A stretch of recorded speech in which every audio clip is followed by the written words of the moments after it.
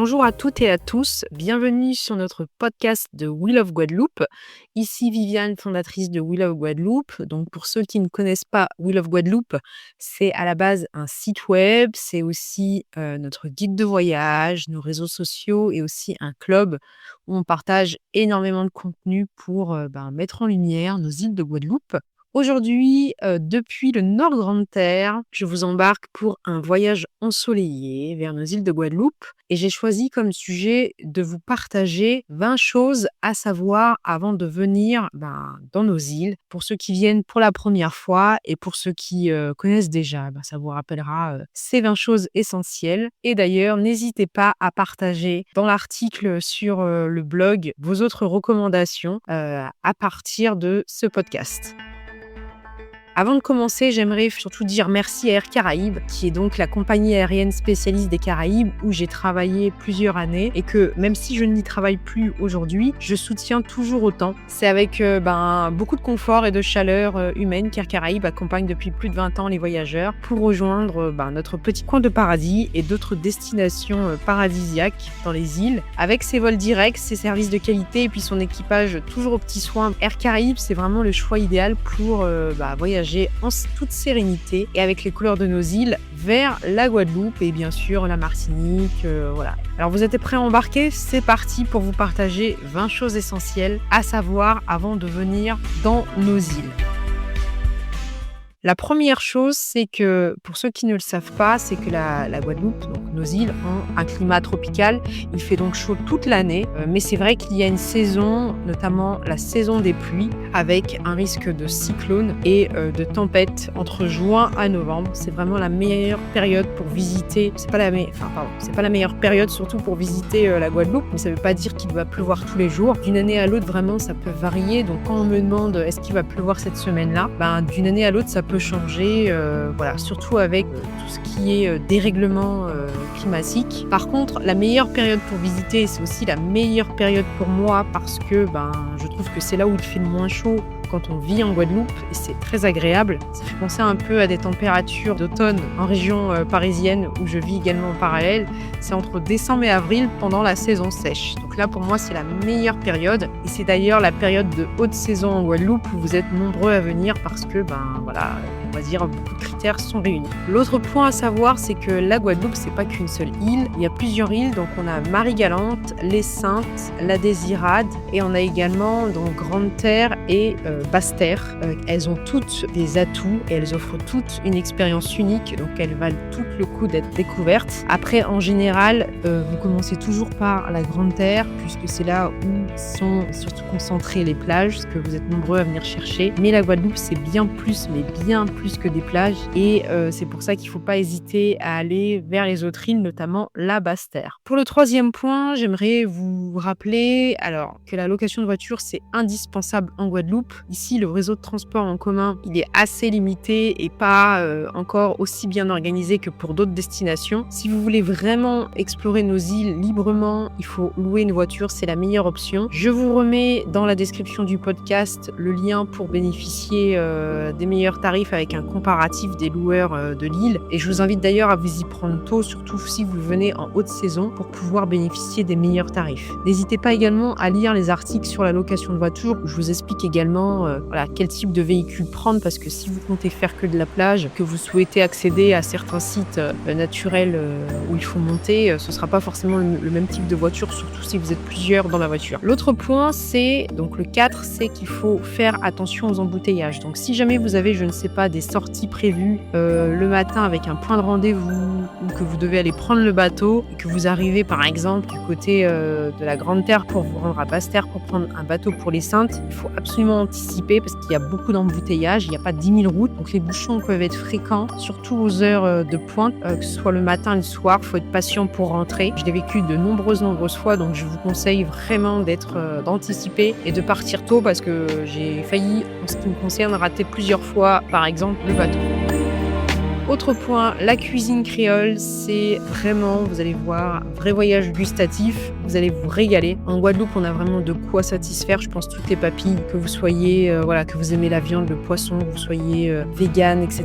Il y a vraiment énormément de choses qui sont faites aujourd'hui pour tous les profils, avec des produits locaux frais, et c'est juste merveilleux. Après, il y a bien sûr les classiques comme les acras de morue, le colombo de poulet, bien sûr le célèbre boki, qui est notre sandwich entre guillemets favori pour la partie fast-food ici, et qui est revisité aussi autrement dans certaines enseignes. Voilà, vous allez vraiment en Guadeloupe pouvoir vous faire plaisir au niveau gustatif avec tous nos fruits, nos légumes. Enfin voilà, on a vraiment une gastronomie hyper riche, c'est une de nos forces. L'Europe, c'est aussi, dans l'autre point que je voulais aborder, une institution. La Guadeloupe produit certains des meilleurs rhums du monde. Il y a la possibilité de visiter de nombreuses distilleries en Guadeloupe, notamment à Marie-Galante. Je vous invite à aller voir tout cela dans notre guide Take Me to Guadeloupe. Ici, la monnaie locale, c'est l'euro. Il n'y a pas de surprise, donc c'est un département français, donc vous pouvez utiliser également vos euros immédiatement en arrivant en Guadeloupe. Pas la peine de faire du change. Au niveau des langues parlées, principalement donc le français et aussi le créole. Le français, c'est la langue officielle, mais voilà, forcément vous entendrez parler le créole dans les conversations locales. Et puis beaucoup de Guadeloupéens parlent aussi d'autres langues, mais aussi des voyageurs, et comme l'anglais, l'espagnol, voilà. Ça fait partie aussi des matières très étudiées à l'école, l'anglais. Le niveau d'anglais, je trouve, est franchement plutôt très bon, comme je donne des cours à des bachelors tourisme, donc c'est prometteur pour les prochaines années. Voilà. L'anglais, c'est vraiment une langue pour ceux qui parlent uniquement anglais et qui écouteront ce podcast avec peut-être un peu de difficulté. Vous pourrez parler anglais aussi avec les Guadeloupéens.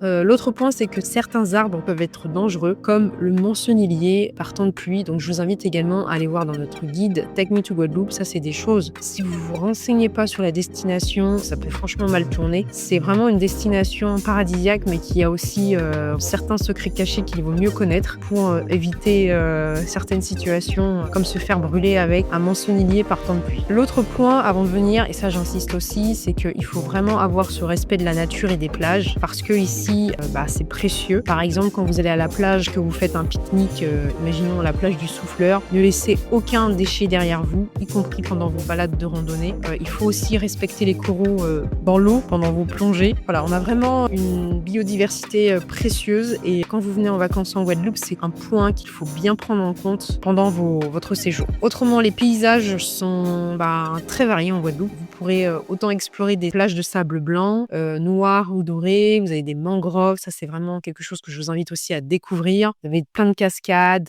des champs de canne à sucre merveilleux dans le Nord Grande Terre. Enfin, il y a vraiment beaucoup de types de paysages. C'est ça aussi qui fait la richesse de la Guadeloupe et qui fait qu'on a envie d'y revenir. Me voilà déjà au point 12 avec les randonnées qui font partie aussi des points que vous pouvez noter avant de venir, pour vous dire que si vous voulez faire des belles balades, vous avez de quoi faire des randonnées de facilement 2, 3, 4 heures à plein d'endroits. Vous avez l'impression que c'est petit, mais il y a tellement d'endroits pour faire des randonnées. Bien sûr, l'une des plus connues, c'est celle de la Soufrière. Il y a aussi les chutes du Carbet avec tous les niveaux, notamment pour les familles, une petite randonnée. Voilà, il y a vraiment tout ce qu'il faut pour les amoureux de la nature. Et si vous n'êtes pas un amoureux de la nature, vous serez comblé avec les randonnées en Guadeloupe. Point numéro 13, la faune et la flore sont uniques. Vous allez croiser plein de types d'animaux, comme les iguanes. Surtout si vous allez à la Désirade, par exemple. Vous allez croiser des jolis colibris, vous allez croiser des tortues marines, plein de poissons, voilà. Je vous invite encore une fois à aller lire les articles sur le blog, et puis aussi dans notre guide Take Me to Guadeloupe,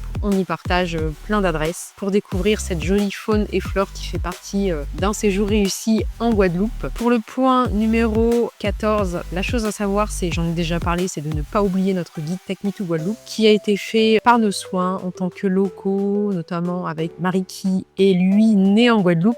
Donc clairement, vous y avez plein d'astuces que vous ne trouverez pas dans d'autres guides, et il est fait avec un ton naturel, et vous avez en plus plein de bonus avec, ce qui fait que c'est un guide assez unique. Toutes les informations sont dans la description si vous voulez le commander en version e-book ou papier. L'autre point, c'est que chaque année on a un carnaval, et d'ailleurs vous êtes nombreux à venir. Donc là on est au point numéro 15. Vous êtes nombreux à venir pour ce carnaval qui est l'un des plus grandioses au monde. Si vous êtes là en janvier, février, voire début mars, ne manquez pas le carnaval. C'est vraiment l'un des plus spectaculaires. univers qui attire énormément de monde et d'année en année, il est de plus en plus merveilleux. Le point numéro 16, c'est qu'il y a des insectes qui sont plus dangereux que d'autres. Et ça, je remarque que beaucoup de personnes viennent en Guadeloupe et ne se renseignent pas sur ça. Il y a des astuces pour d'ailleurs éviter certains insectes. Il y a tout type de fourmis, par exemple. Quand je dis les insectes, il y a par exemple les scolopendres. Ça, c'est vraiment un point, c'est à ne pas prendre à la légère. Il y a des astuces pour faire attention. Il y a aussi les fourmis qui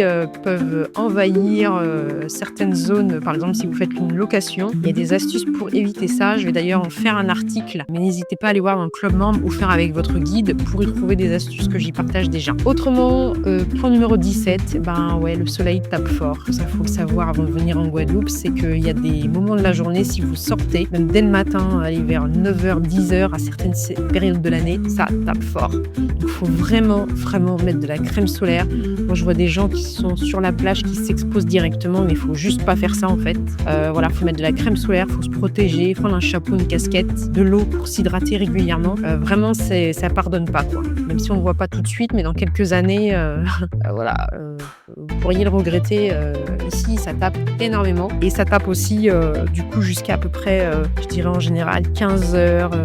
Mais quand il fait vraiment très chaud, ça peut être désagréable. Autre point numéro 18, c'est l'accueil chaleureux en Guadeloupe qui fait que les Guadeloupéens, on est quand même chaleureux et accueillants malgré certains stéréotypes qu'il y a pu y avoir dans le passé. Moi, c'est les retours aussi que j'ai de votre part, c'est qu'on est très accueillants et c'est important ici de dire bonjour, bonsoir avant de poser une question, même en croisant les gens, par exemple quand vous faites une randonnée. Si on te dit bonjour, c'est quelque chose que j'aime énormément par rapport à la région parisienne où les gens ne se calculent pas forcément.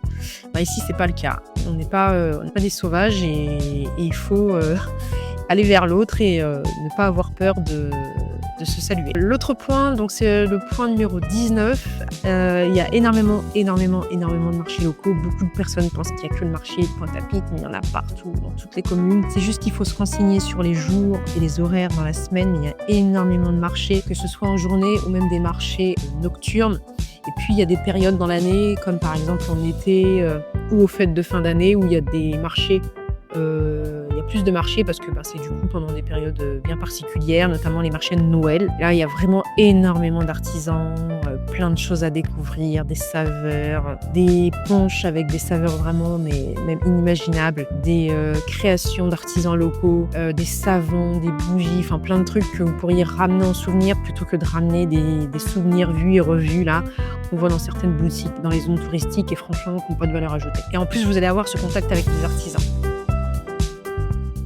Et voilà pour le point 20, on y est déjà. Ce que je vous invite, c'est à partager, vous, pour ce point 20-là, vos astuces à vous, si vous avez déjà été en Guadeloupe. Donc, allez dans l'article qui est lié à ce podcast, je l'ai mis dans la description. Et profitez de chaque instant parce que c'est vraiment une destination, la Guadeloupe, où on vit le moment présent. Il faut se laisser porter par l'ambiance, la nature et la chaleur humaine ici. C'est vraiment une destination pour déconnecter, tout en respectant, comme je disais, notre biodiversité et bien sûr les locaux. Donc si vous avez des questions, vous n'hésitez pas à les poser sur le blog. Je compte sur vous pour laisser un 5. Encore une fois, We Love Guadeloupe, c'est vraiment comme We Love New York, qui est sa grande sœur. On est vraiment dans une ambiance friendly, avec des bonnes vibes. On n'est pas là pour du négatif, on est vraiment là pour partager le plus de choses pour vous inspirer pour vos voyages et pour vous rappeler des souvenirs pour ceux qui sont venus en Guadeloupe, notamment ceux qui viennent de la Guadeloupe mais qui ne sont pas en Guadeloupe. Et on est là pour vraiment créer cette belle atmosphère. Et n'oubliez pas que si vous voulez organiser votre prochain voyage, n'oubliez pas Air Caraïbes qui vous accompagne du coup pour vos vols. Et si vous avez des questions, encore une fois, n'hésitez pas à revenir vers nous. J'espère que cet épisode vous a plu. N'hésitez pas à vous abonner et à partager. On se retrouve très bientôt pour un nouvel épisode. À bientôt.